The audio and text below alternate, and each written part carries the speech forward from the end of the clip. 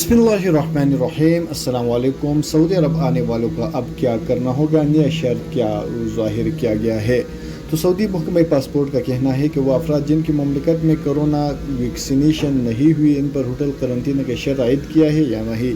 तो इस हवाले से लोग मुख्तलिफ़ किस्म सवाल पूछते हैं कि वो कहते हैं कि भाई हमने एक वैक्सीन सऊदी अरब में लगाई, उसी के ज़मरे में दूसरा वैक्सीन हमने पाकिस्तान में लगाया, क्या हम सऊदी अरब 1 दिसंबर से आ सकते हैं या हम पे करंतना है या नहीं है। तो इस हवाले से जवाज़ात ने बताया है कि जो इसने एक वैक्सीन लगाए है तो वो बिल्कुल 1 दिसंबर से नहीं आ सकते, वो 4 दिसंबर के बाद सऊदी अरब आ सकता है और यहाँ पे उनका 3 दिन करंतना होगा। करंतना के बाद उसका PCR टेस्ट होगा। जब उसका PCR टेस्ट का रिज़ल्ट मनफी आएंगे तो उस पर उसको करंतना से आज़ाद कर दिया जाएगा।